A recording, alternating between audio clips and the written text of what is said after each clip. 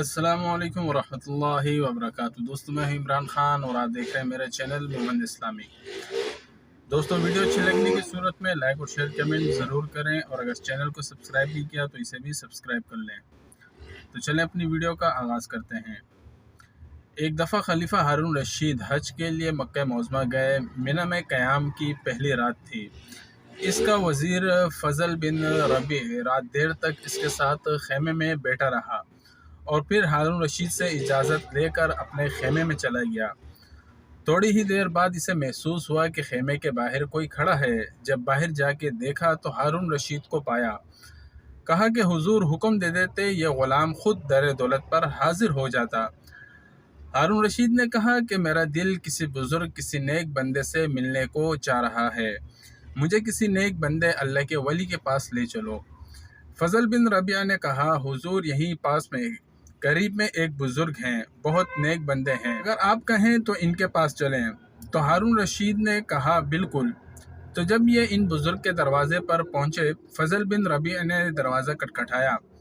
अंदर से आवाज़ आई, कौन? कहा कि अमीरुल मोमिनीन है तुम्हारे दरवाज़े पर। तो वो बुज़ुर्ग बाहर आए और कहा कि हुजूर, आपने क्यों तकलीफ़ की, मुझे बुलवा लिया होता। तो हारून रशीद और ये बुज़ुर्ग काफ़ी देर बातें करते रहे, और जब वापस चलने लगे तो पूछा, अगर किसी चीज़ की ज़रूरत हो तो बताएं।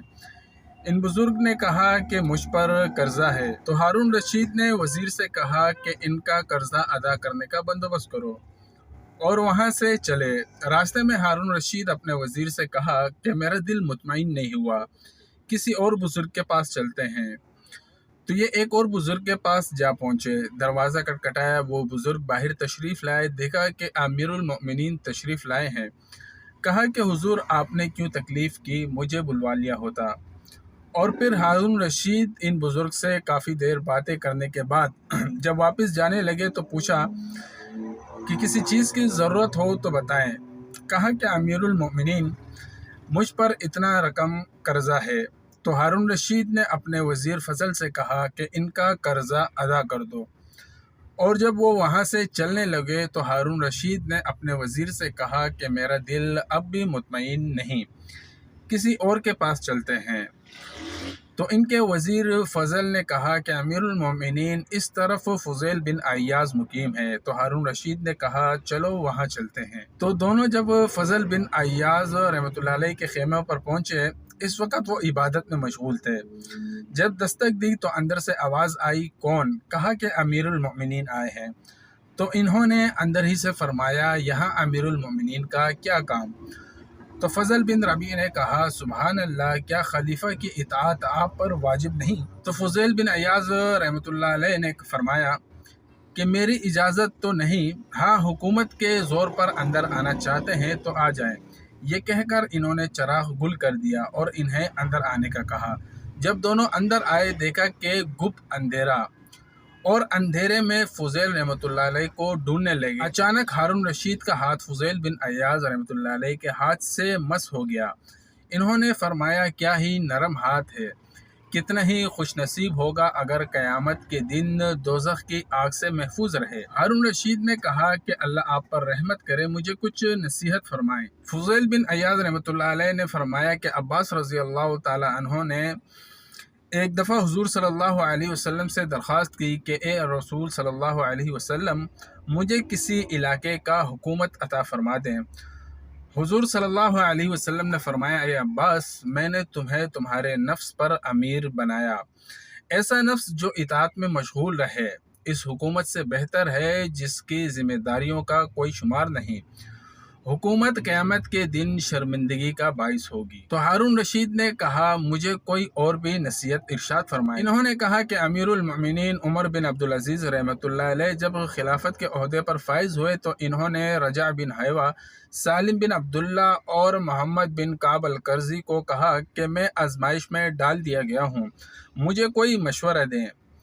ए हारून रशीद, ज़रा अपने गिरबान में झांक देख के उमर बिन अब्दुल अजीज़ ने तो खिलाफत को आजमाइश ख्याल किया, लेकिन तुम और तुम्हारे साथी इसको नेमत समझकर इस पर टूट पड़ते हैं। अब सुनो कि इन्होंने उमर बिन अब्दुल अजीज़ को क्या कहा। اگر آپ چاہتے ہیں کہ قیامت کے دن عذاب سے محفوظ رہیں تو مسلمانوں میں جو بڑی عمر کے ہیں اس کو اپنے باپ کی طرح، جو آپ کی عمر کے ہیں اس کو اپنے بھائیوں کی طرح، اور جو کم عمر کے ہیں ان کو اپنے فرزند کی طرح سمجھیں۔ اسی طرح غیر عورتوں کو اپنی ماؤں کی طرح اور بہنوں کی طرح سمجھیں۔ رجا بن حیوہ نے کہا کہ اگر آپ قیامت کے دن اللہ کے سامنے شرمسار ہونا نہیں چاہتے تو تمام مسلمانوں کے لیے وہی پسند کیجیے جو اپنے لیے پسند کرتے ہیں، اور جس چیز کو اپنے لیے برا سمجھتے ہیں اسے مسلمانوں کے لیے برا سمجھیں۔ پھر جب چاہیں بے خوف اپنی جان خالق حقیقی کے سپرد کر دیجیے۔ فضیل بن عیاض رحمۃ اللہ علیہ نے کہا کہ اے ہارون رشید، میں تیرے حسین اور جمیل چہرے سے ڈرتا ہوں کہ کہیں دوزخ کی آگ میں جھلس نہ جائے۔ یاد رکھ کہ قیامت کے دن اللہ رب العزت تجھ سے ایک ایک مسلمان کی نسبت سوال کرے گا۔ ہارون رشید یہ سن کر زار زار رونے لگا تو فضل بن ربیع نے فضیل بن عیاض رحمۃ اللہ علیہ سے کہا کہ امیر المومنین سے کچھ نرمی سے بات کریں، آپ نے تو انہیں مار ہی ڈالا۔ تو فرمانے لگے، ربیع کے بیٹے ہارون رشید کو تم نے اور تمہارے ساتھیوں نے ہلاک کیا ہے۔ تو ہارون رشید نے ان سے پوچھا، آپ پر کوئی قرضہ ہے جسے میں ادا کروں؟ فرمایا، خدا کا قرض ہے جس کا وہ مجھ سے محاسبہ کرے گا، پس ہلاکت ہے میرے لیے جب مجھ سے باز پرسی ہوگی اور میری کوئی دلیل کام نہ آئے گی۔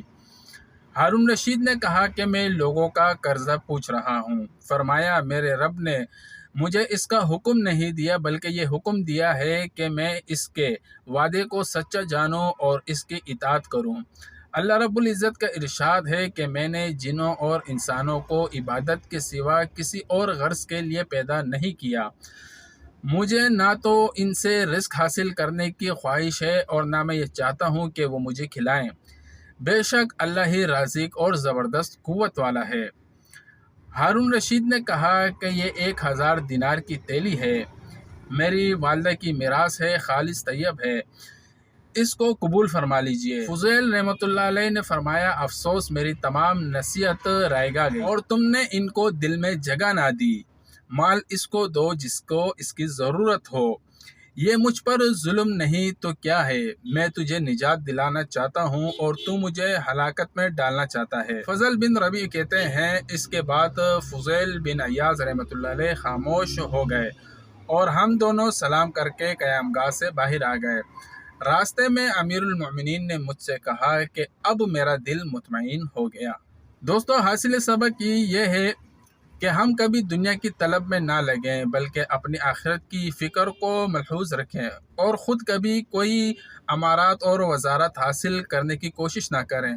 البتہ اگر مسلمانوں کے مشوروں سے کوئی عہدہ سونپ دیا جائے تو حضرت فضیل بن عیاض رحمۃ اللہ علیہ کی ان نصیحتوں کو اپنے سامنے رکھیں۔ اللہ ہم سب کو عمل کرنے کی توفیق عطا فرمائے۔ وما علینا الا البلاغ۔